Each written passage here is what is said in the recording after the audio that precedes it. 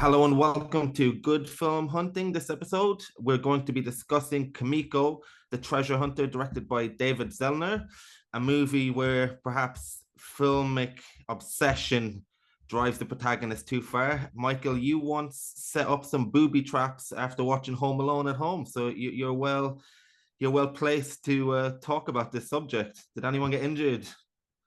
Um, Thankfully, no. I think it was the traps were dangerous enough that it would be more of a fatality than an injury if they had actually been used. So I'm glad that they never ended up getting used.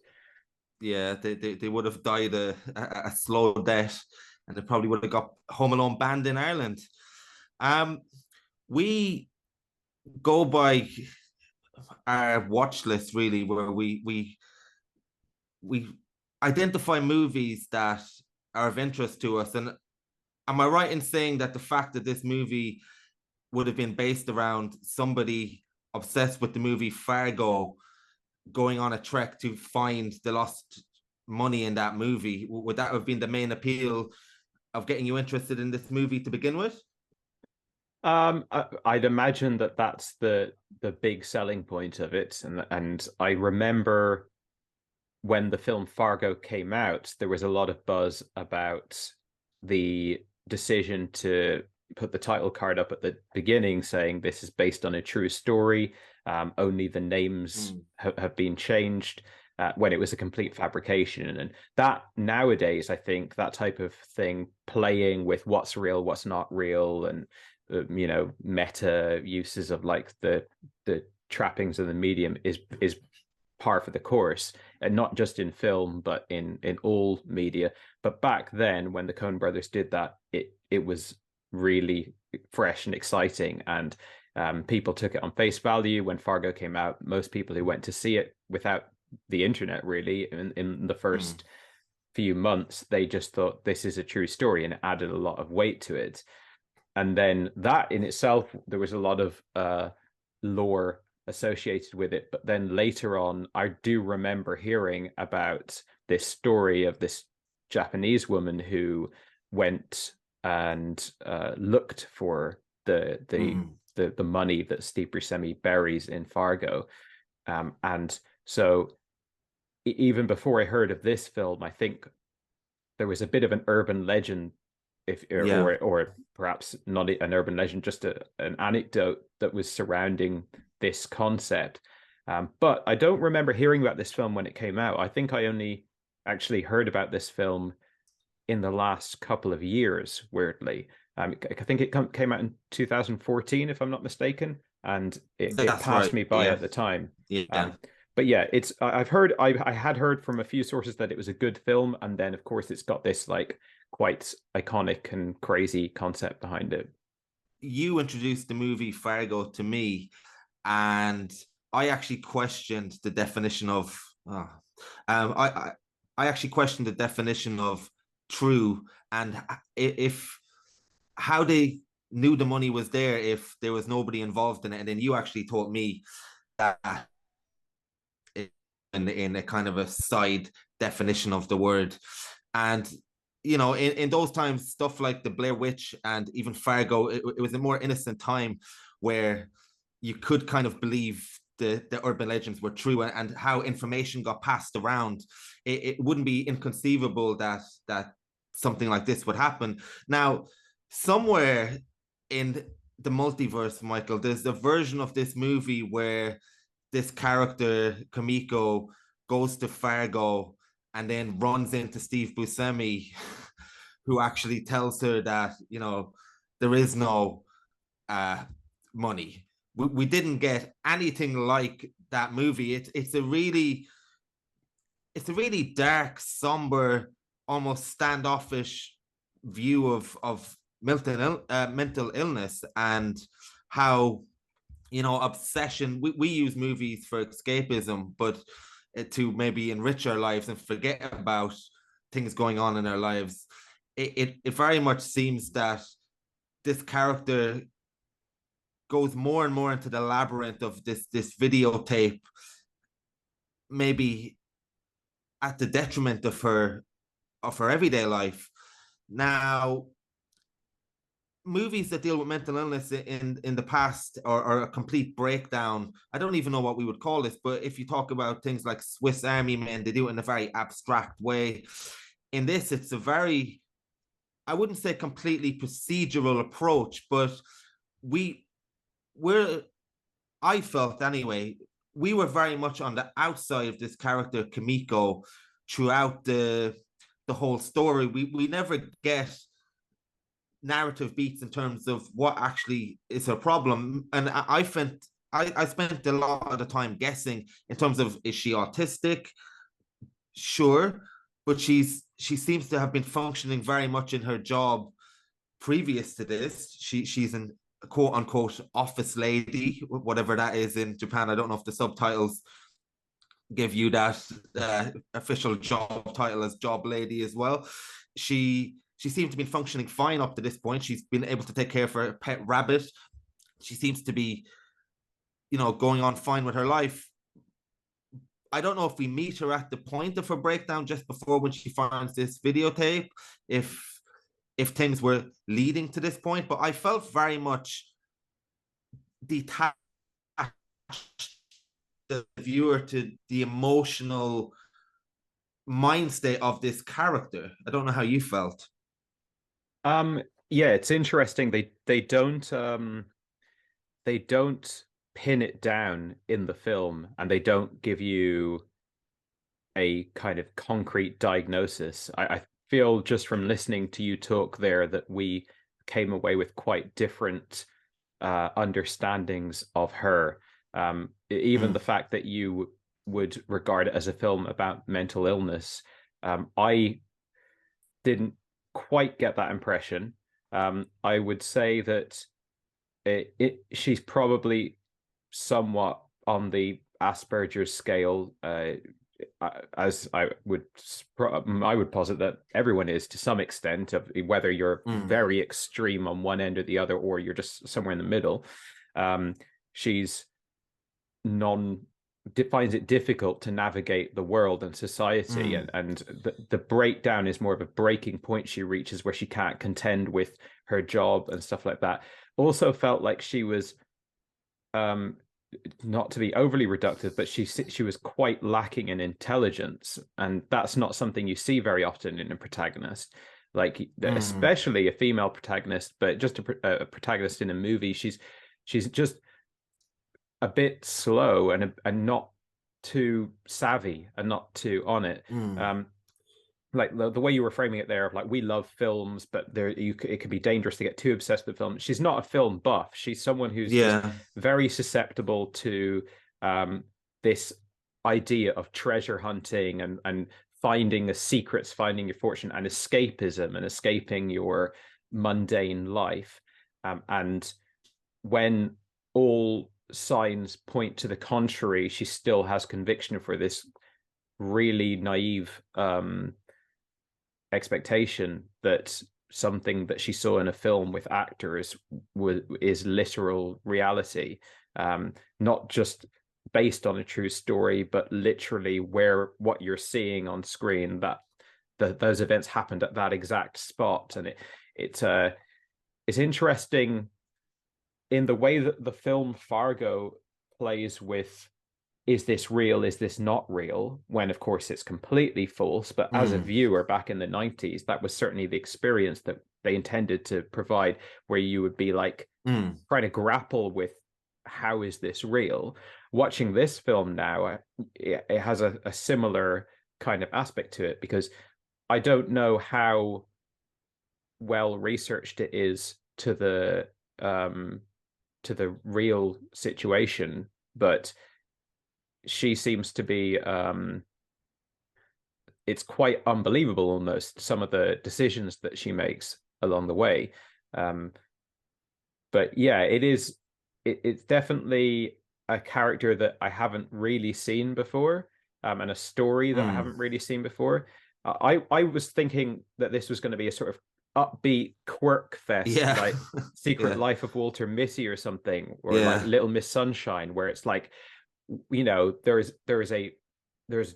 a dark framing to it, but it's mostly a fun kind of romp. Imagine Yeah. if this happened.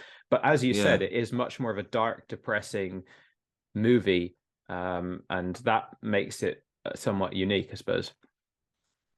Yeah. I mean, you mentioned that it's not a movie about mental illness, which that's just how what I got from the character. And it isn't a movie about mental illness, but yet it is. Mm. What is this movie about to you then? And also, if surely, so are you putting it down to a lack of intelligence that she makes these decisions, but also combined with a breakdown? And she is also quite naive with a character as a character as well. And it is, we haven't seen a character like this. That's correct. Even how she solves obstacles, shall we say, in her own mind. Like there's one scene in a library where she doesn't even have the wherewithal to like successfully steal a book. And there's this scene where she runs out, the camera stays at the kind of buzzers where she where if you steal something they go off, and that's quite cool. And then she gets dragged back, and she's so pitiful to the security guard in that scene that he just like tears out the page and gives it to her. um I do feel that, again, this movie is about mental illness, but I'm just curious by what you mean that the movie wasn't about that to you. What is it about to you? I guess I If wasn't thinking about that. Right, right. I suppose you could say it is about mental illness because it's a character piece and it's someone going Mm, through struggle.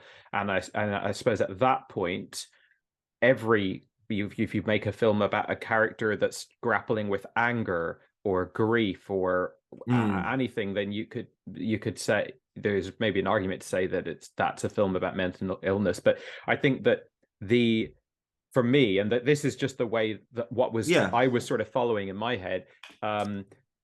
This is a character who's incredibly dissatisfied in her life. She hates her job. She hates her boss. She hates her mother's constant nagging at her to be to fit as a puzzle piece into society and get married and do Mm, this and do that. And she really rejects and resents all of the expectations and forces that are kind of governing her life.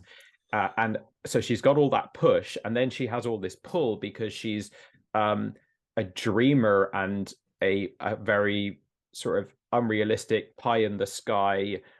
This crazy thing is going to solve everything. I'm mm, not interested in all this stuff that's around me.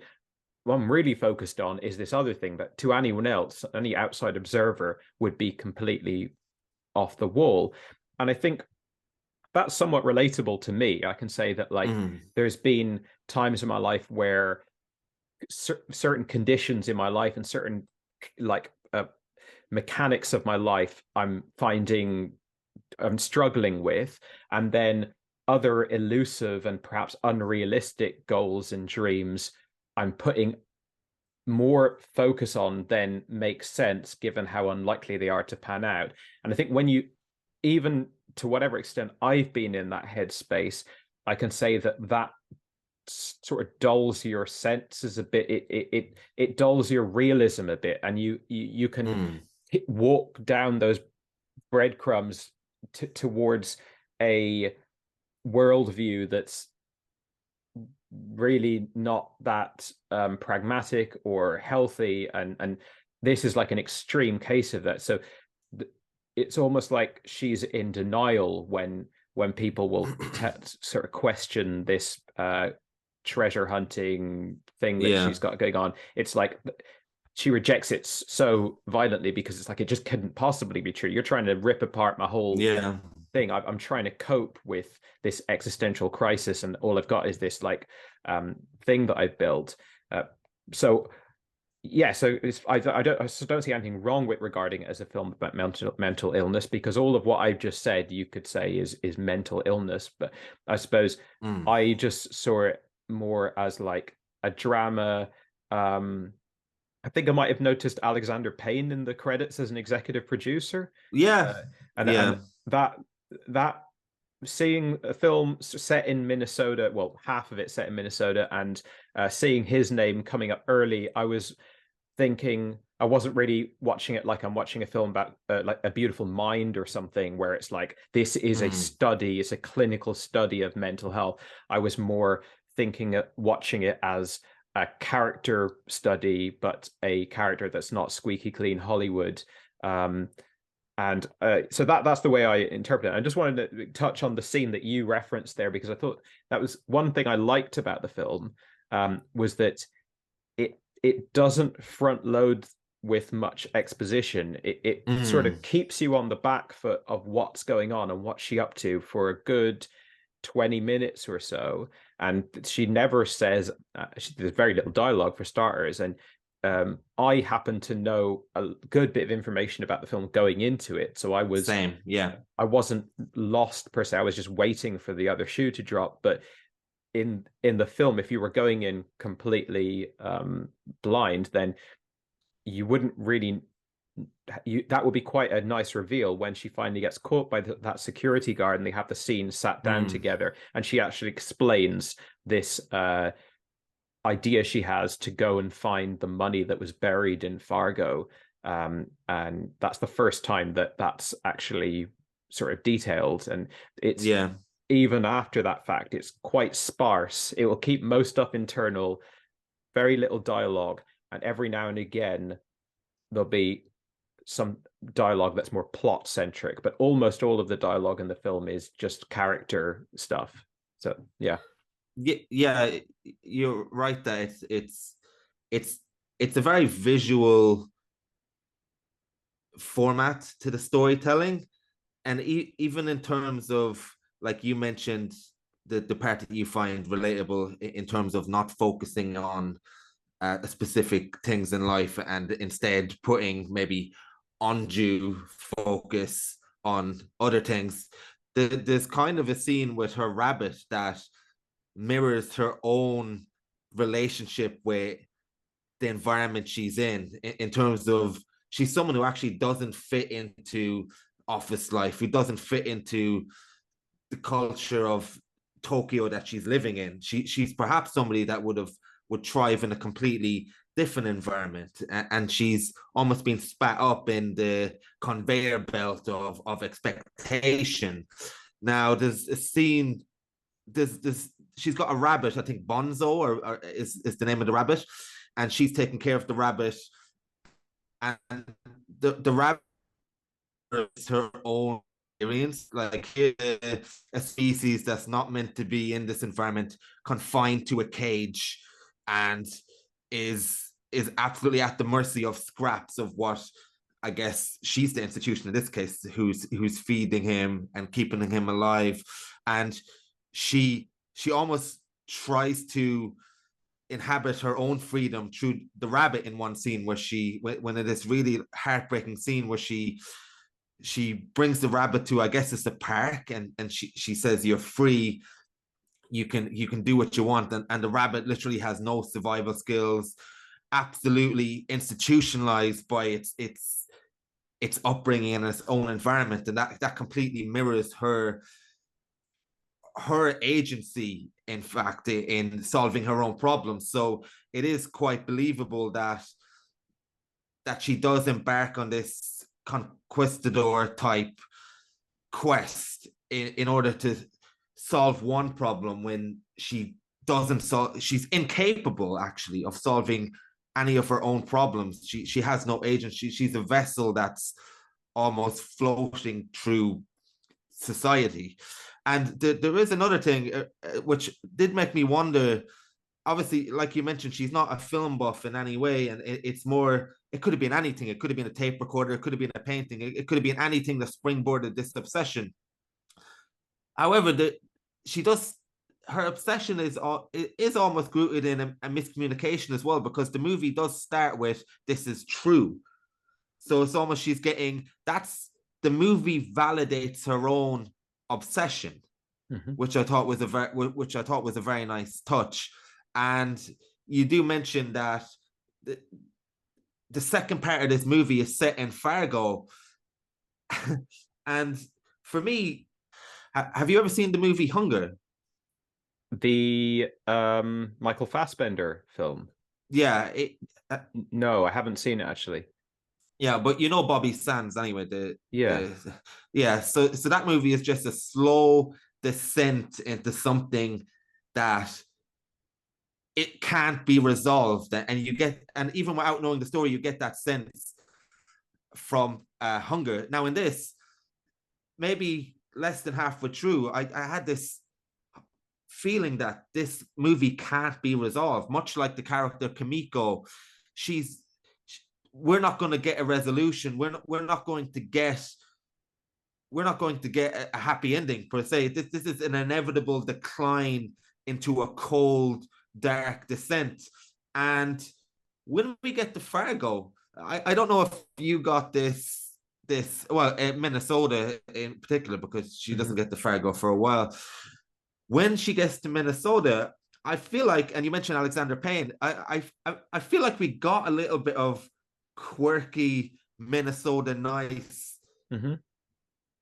installments. The movie is almost episodic from that point on, in terms of she meets these characters and has a scene here and there. And I felt like, I don't know if it's my love of the movie Fargo itself, but I felt like this was kind of, we're not going to give you Fargo, but we're kind of going to play around with the quirkiness. And that's where watching the movie Fargo kind of gives you a kind of extra layer to this movie, because once she arrives to Fargo, we're deeply in movie territory. Like we're deeply in, and it pairs up with the movie for us as a viewer, particularly, not so much as Kamiko, because she still is obsessed with her goal. But there's one scene where she arrives at the airport, and there's this the Minnesota tour sport, so we think, and she's sitting down with these characters, and they're like being really helpful, like, but then they have this caveat to begin with where they say, just so you know, we're not associated with the airport in any way, and we're not associated with the Minnesota Tourist Board, but they're letting us set up a room. And there's a scene where he said, I once went on the path of the less traveled, or anything, and you just realize it's religion he's trying to peddle under the guise of like being helpful. And we get so many scenes like that are really rewarding because of our familiarity with Minnesota through that movie. I think, I don't know what you thought. Yeah, and I think this might be a good time to maybe put up the old spoiler wall, because we're Yeah. getting into the second half of the film, and you've already alluded to the way that it concludes. I would say that this film is very much in conversation with Fargo. I happen to have traveled around Minnesota, been to Fargo, and have been to like probably a lot of the spots that she visits in this film. And I think it's a celebration. The second half of the film, that is a celebration of that environment. It's a celebration of not just Fargo, but the Coen brothers' work. I think that this film definitely has reverence for the Coen brothers and Fargo, not in the same way that she has reverence for Fargo, of course, but equally it does. And yes, that's always pleasing. And again, Alexander Payne being another massive touch point. I think something like Nebraska feels very much similar to this, in the way that they'll just drop in little quirky characters here and there. I actually, as much as I enjoyed some of those scenes, I think it's a dangerous game trying to do the Coen brothers, and I started picking up on that, perhaps just because maybe I was forcing it upon the film, but I started picking up on that through right from the beginning, including the Tokyo stuff, including the boss who asks if the tea's been steeped long enough and sending her out for laundry. And the old friend that she meets up with, and who asks her to put her number in the phone, and there's a really long, awkward, protracted thing. That's the Coen brothers are masters of that sort of thing, where you have characters behaving in a way as they, in the uncanny and strange ways that people behave in the real world, rather than the formulaic way that they behave in all films. But I think that some of those little scenes worked better for me than others. I think ultimately I came away in admiration of that in this film, because the final character that they do it with, this police deputy, who incidentally is played by the director of the film, is Yeah. brilliant. So I thought he was fantastic, and I thought the character was fantastic. The dynamic between the two of them, the chemistry and everything was brilliant. And so not all of those quirky little Coen Brothers vignettes worked for me, but the final one, which also happens to be the largest one in the film, worked really well. And it's a hard film to pin down, as is Fargo. It just happens that Fargo is a masterpiece, and ultimately it just works. But I do remember when Fargo came out, the discussion about the extreme violence in it with the weird humor, that was quite fresh at the time, and it wasn't the type of thing that people were used to seeing. So even now with this film, it doesn't have extreme violence or anything, but it didn't quite get there on the comedy for me. It didn't quite get there on the drama. Sometimes I found it a bit inscrutable. I thought it was a decent movie, but yeah, it's difficult sort of overtly comparing yourself to the work of directors that I think have made better films than this. Yeah. You mentioned with the Coen brothers and their kind of sense of humor and things like that. In the first half of the movie, I felt like it was much, and I guess the security guard, now that I think about it, is also straight out of yes, 100%. The sadness of uh, just somebody in their life who's encountered this even sadder character who you think is going to be the pinnacle of authority, and then it's like, oh, I can't make a habit of this type thing. But now that I'm having this conversation with you, I realize it was there all along. But as a viewer, I certainly didn't feel it, and maybe because it was a different, not to say that I know anything about American culture, but I feel like more at home just through media than Japanese culture. So I felt like the first half of the movie was like a really depressing, grueling character study in terms of just watching this character for all the reasons we mentioned was really hard going. And when she steals the credit card, and which I guess was the smartest thing that character can do, really, when she gets to Fargo, I felt like each encounter was almost like a respite from her descent. It was almost like a break from it at this point. And you mentioned some worked for you and some didn't. All of them worked for me, but I felt like it completely disrupted the flow of her journey almost at this point. She, like, from the moment she comes to the airport, she meets this character, then this character stops her. I don't know how you felt about the old woman, but that was quite sad as well. And I did like these characters, and we get almost snapshots of these characters, and then I want to know more, but then the movie continues on, which makes me question why they were included in the first place. Now, when you mentioned Fargo, the contrast between the violence of Steve Buscemi's character and I can't remember his name. He's the Swedish actor. Peter Sarsgaard. Stormare. Stormare. That's it. Yeah. Yeah. It kind of, the offbeat humor works, and the contrast between the violence because of it's almost like a community that has been completely isolated from anything evil, and the William H. Macy character makes a few decisions that lets these almost like demons to this preserved place. So the contrast between like completely evil, soulless characters that would be seen through the eyes of William H. Macy and these characters, and Frances McDormand, that worked completely for me. In this, I don't think we can go from a character. I mean, we did, and this is just my opinion, but I don't think we can go from a character who is literally on a descent to doom. And it didn't quite work for me always when they tried to introduce this kind of Coen's brothers' humor, especially in Fargo. It didn't mesh well with me, and maybe it's because in the character's head, you mentioned Walter Mitty and things like that. Maybe in her head, all this magical realism and all these kind of moments are happening. I don't know, but because it's told tragically straight, almost from her point of view, and or at least from our observation as an audience, that I don't think it particularly worked. Now, the police character I really enjoyed as well, but again, they almost felt like it's almost like if someone did a few short movies set in Fargo, and then this character was the tread line between all of them. That's what I felt. And to be fair, I don't know. So I don't know how much you're familiar with the urban legend. There was never any evidence that she went to Fargo to look for the money. That was just reported in the press, should I say.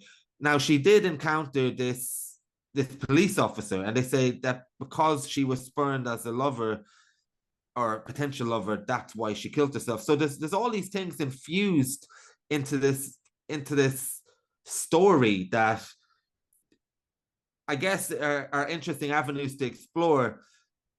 But yeah, they didn't always work for me, and they didn't always. I didn't see a point to them other than to inject some humor, maybe, or like some offbeat humor. I didn't see a narrative. This film often felt like it was in search of a narrative, and whatever narrative we did have kept on getting interrupted, especially in the second half of the movie. It's interesting what you're saying about the urban legend there, because I have never looked that up. I have a sort of tendency, if something's a good story, I'll never fact check it because I'd rather preserve the real thing. But as I was watching this, yeah, I'd only ever heard it as like a sort of single sentence. Oh, did you know that there was a girl that went to look for the money and then she froze to death? And that sort of was crazy enough and just left it at that. And I suppose that urban legend was floating around sort of pre-internet, pre let me go and just pull my phone out of my pocket and get into the nitty-gritty kind of thing. So that even the reality of the situation was probably inaccessible at the last time I ever really heard about this. So now watching the film, I was sort of wondering, kind of like what you said about how is Fargo true? How do we know that's true if no one was around when Buscemi did that? Like how is that ever reported back? Similarly with this, you're watching it and you're going, I don't really know how most of these events could have ever made it back to any sort of documentation. So it was interesting to hear that there isn't really any evidence that she was looking for the money. Does seem a little bit like, how did that happen? I wonder, did she talk about it? Like, oh, is this the place where, imagine if the money's there, kind of thing, someone's made a mountain out of a molehill. But it is interesting to hear that the one kernel of truth in it all is this dynamic between her and the police officer, because that's probably my favorite part of the whole film, really. Yeah, so that's interesting. I don't know, do you know any more about the reality of the situation?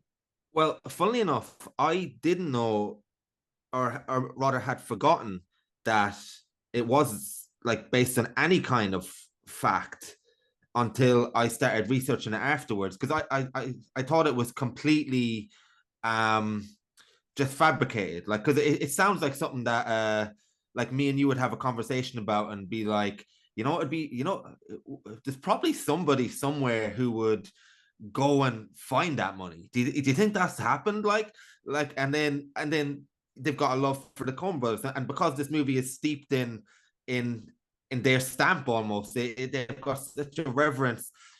I didn't think it was based on something so tragic, like that actually happened to an extent, until I was reading it afterwards, and then they kept on referring to this person, and then I looked at the credits and I was thinking, who's this? And I was like, oh, this is based on a real person. So it's to sum it up, what happened was a Japanese woman, it's not really reported why, she was found frozen in Fargo. But as the internet does, you know, someone said, then by the same token, we would be like, oh, if anyone ever did it, we might pass a comment. Oh, like she was probably looking for the Steve Buscemi's money, and then it gets passed around. Then it becomes, oh, she definitely was doing that.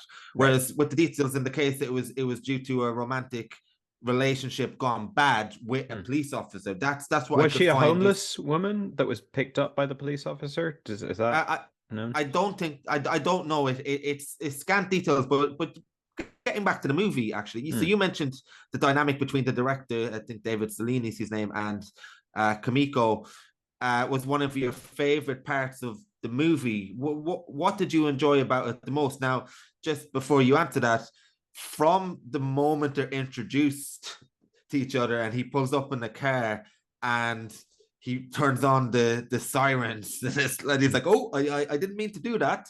I don't know why he's Welsh in my version, but it almost could be a separate rom com, and if Yeah. it wasn't Well, it's based Coen. elsewhere in. It's Coen Brothers through and through. Yeah, A police car like driving up towards you with the sirens blaring, but then the voice comes out over the PA saying, "Sorry, I didn't mean to put the sirens on. I just bumped against it."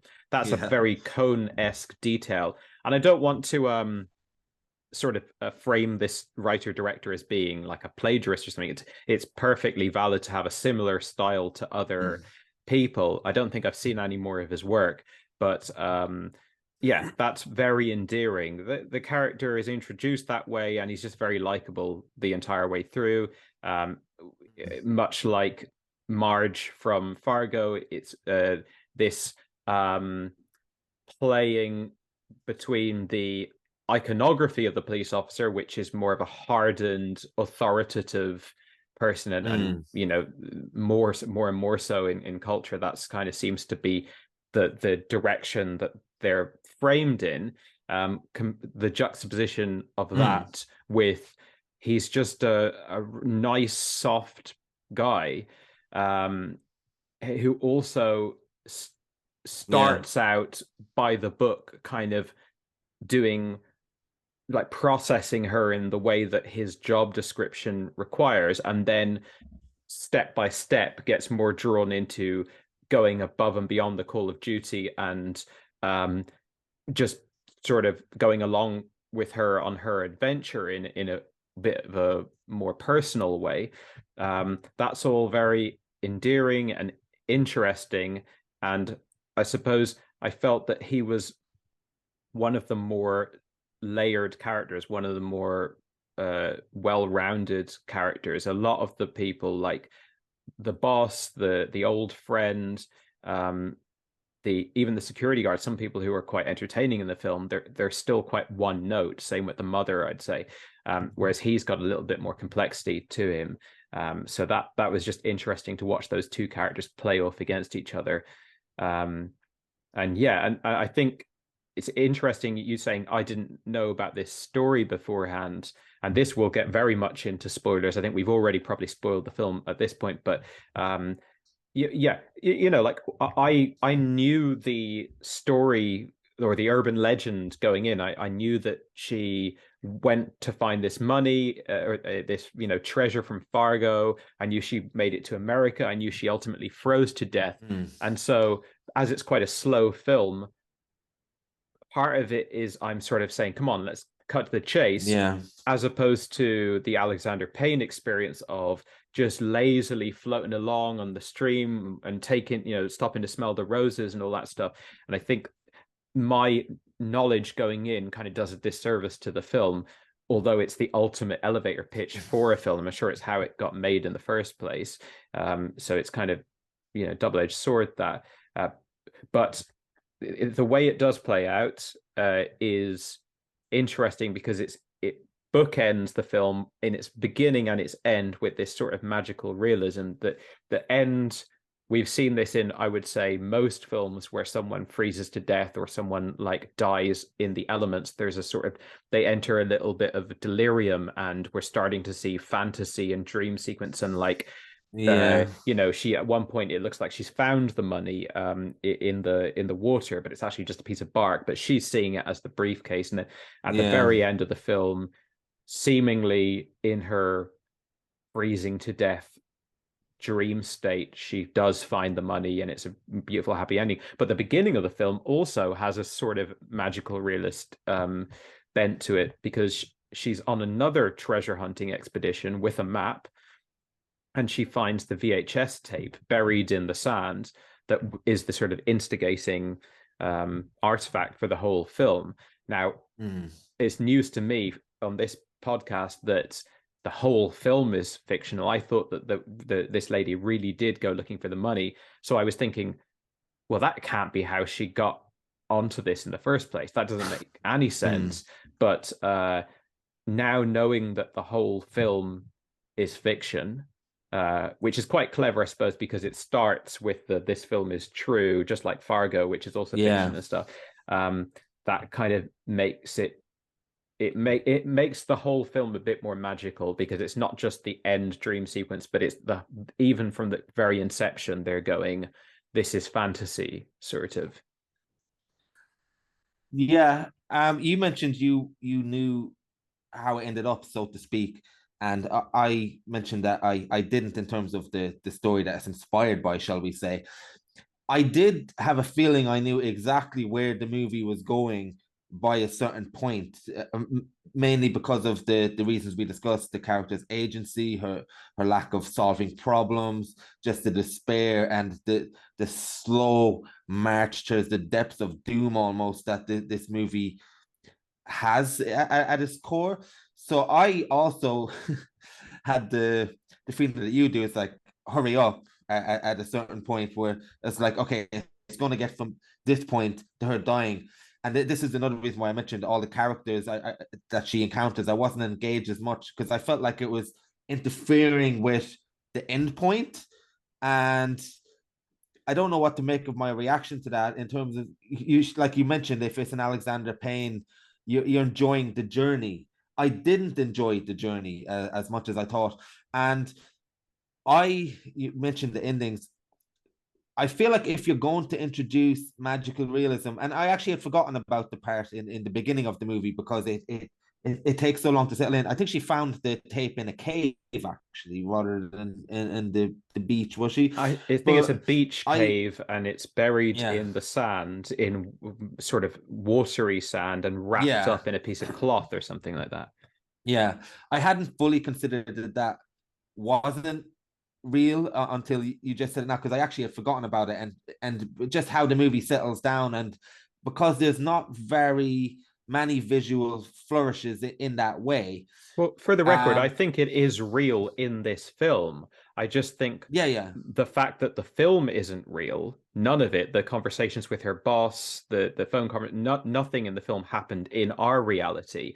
So yeah, that therefore explains how that opening scene is possible, because in our yeah. reality, that type of thing doesn't happen. But I think within this film, that's not a dream sequence or something like that. That is literally how she found that cassette.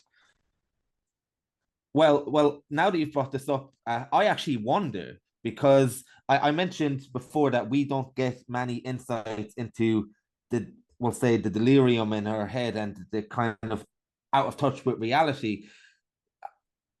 Perhaps the only two scenes where we get an insight into that are the first one, and the first scene and the end scene, because she considers herself a conquistador and a treasure hunter.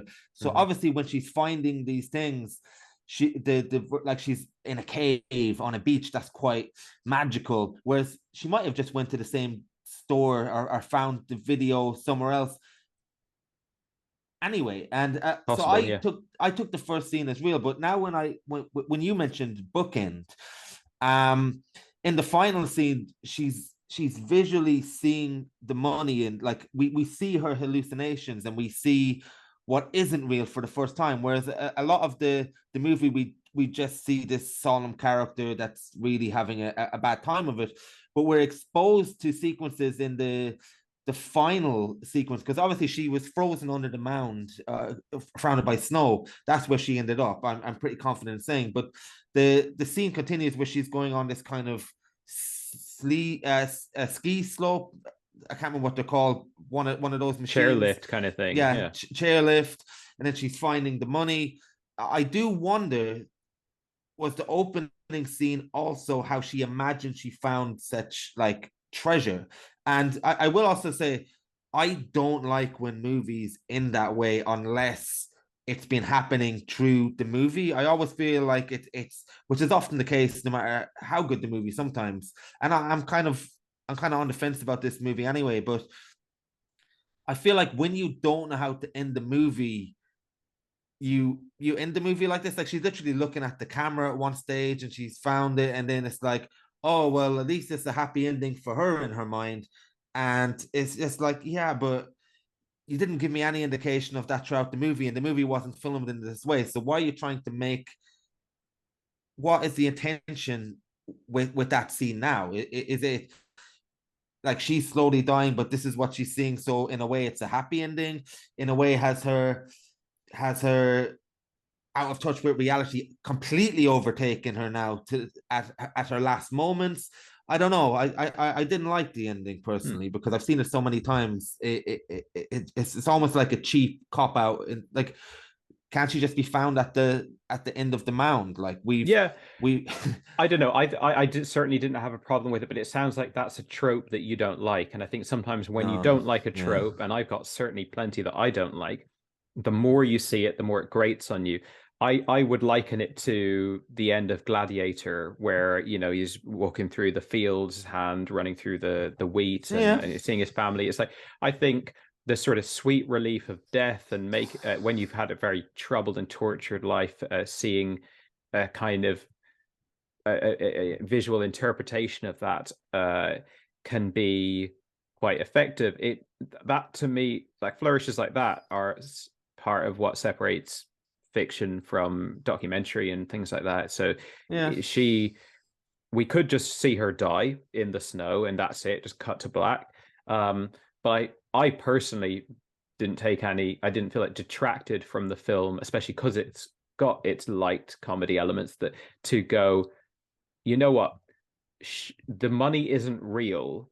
She's completely misguided, but here's a delusion that she had in her, with her dying breath or whatever, and we're going to leave you at that because why not? Is it just, why is that inferior to leaving you with the more downery ending? It's kind of like the film gets to have its cake and eat it in a way where intellectually what's happened to her, but emotionally you're seeing this nicer kind of send off.